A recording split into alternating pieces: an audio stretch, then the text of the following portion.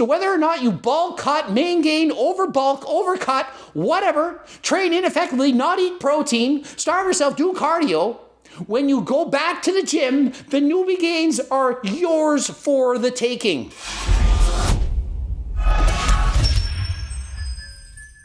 Newbie gains, an amazing part of your fitness or weight loss journey. Everyone knows the easiest time to put on muscle and get those gains is when you first start. What if you do it wrong? Do you in fact waste your newbie gains? Perhaps you've been cutting the entire time. You don't bulk and cut.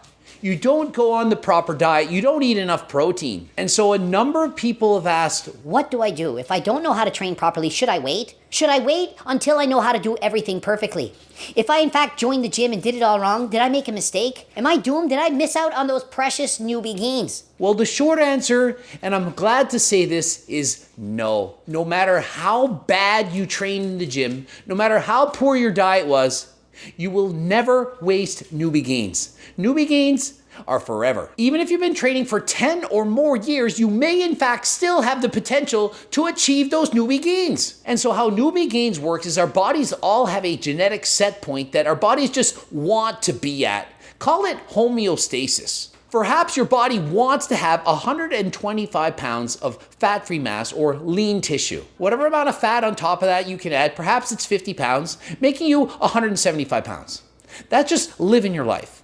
Just walking around, having your regular job, not training, not going to the gym, just being normal. What you also have is a ceiling or genetic limit, a maximum amount of muscle that you can gain no matter what you do. This is based on your genetics, and no matter how hard you train, what you eat, there's only so much muscle you can put on. So in this example, let's just assume that would be 150 pounds of fat-free mass.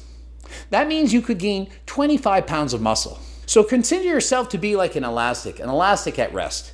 You haven't joined the gym, you're just living your best life, just normal. You join the gym, start training, eating a healthy diet, getting in plenty of protein, and what happens is you gain muscle.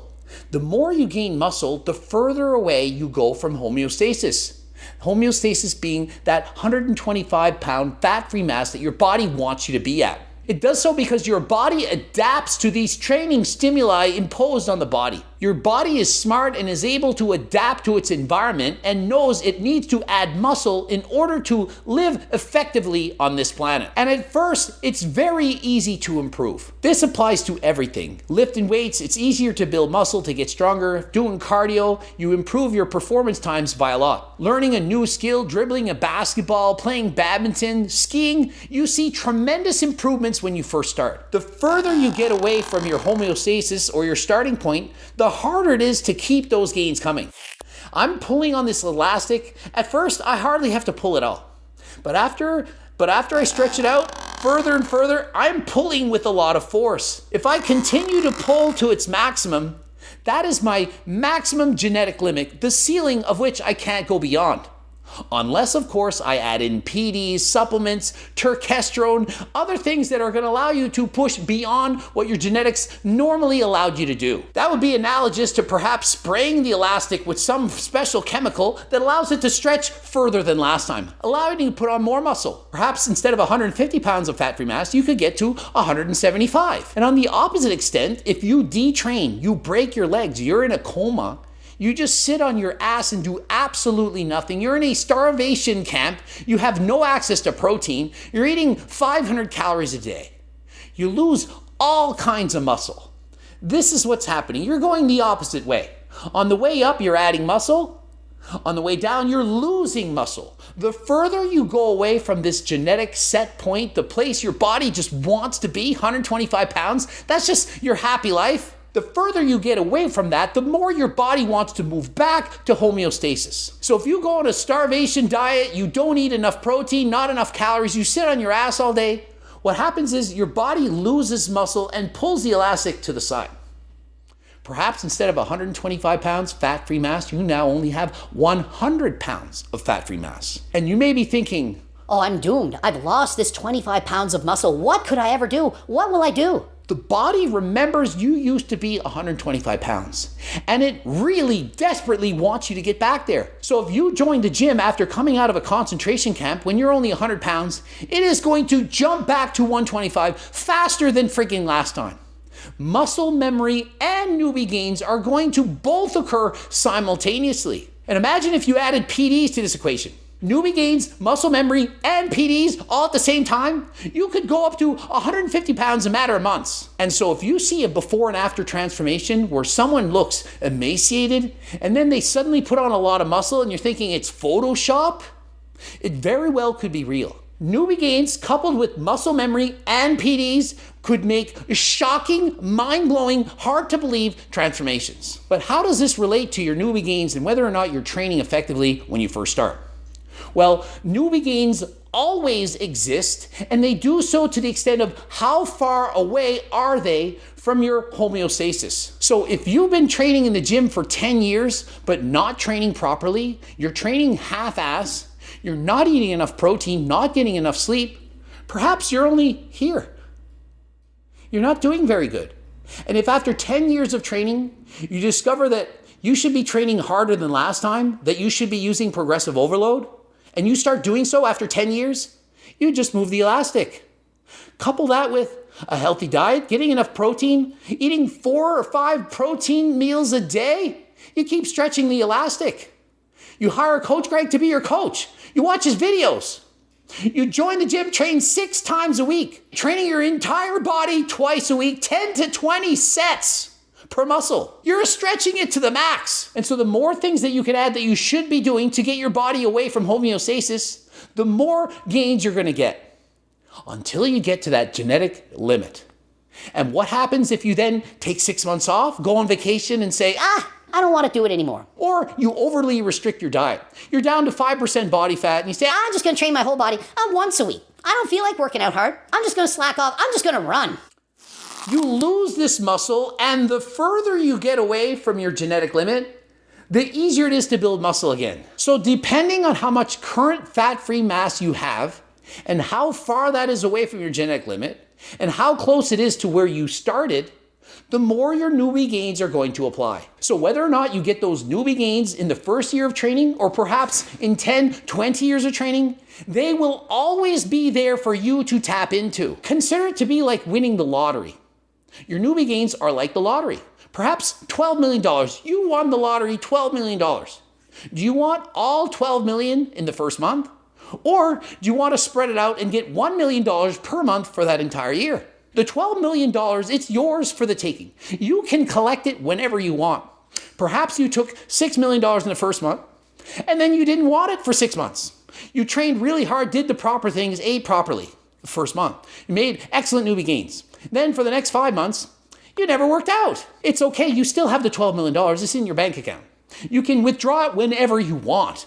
You can stretch it over the year, even 10 years. You can take that $12 million, let it sit there, and 10 years later say, I want those newbie gains now. I want that money now. It is yours, it is everyone's to collect. So you will never, and I repeat, never lose those newbie gains. You will always have them to gain. So whether or not you bulk cut, main gain, over bulk, overcut, whatever, train ineffectively, not eat protein, starve yourself, do cardio, when you go back to the gym, the newbie gains are yours for the taking. So don't ever think that I wasted that time. I trained ineffectively. Oh, darn it. Had I only have hired that coach on time, I would have had these gains. No, the truth is you always will have that potential. And the further away you are from homeostasis, the more potential you have to reach those gains. And remember, muscle memory is a thing. Once you stretch that elastic, it'll be easier to pull it back the next time. Easier. And so if you've trained for 5 years and you put on 20 pounds of muscle, you're nearly at your genetic limit, and you stop and you lose all that muscle, and then perhaps you get injured. You break your leg in that ski accident on Mont Laurent.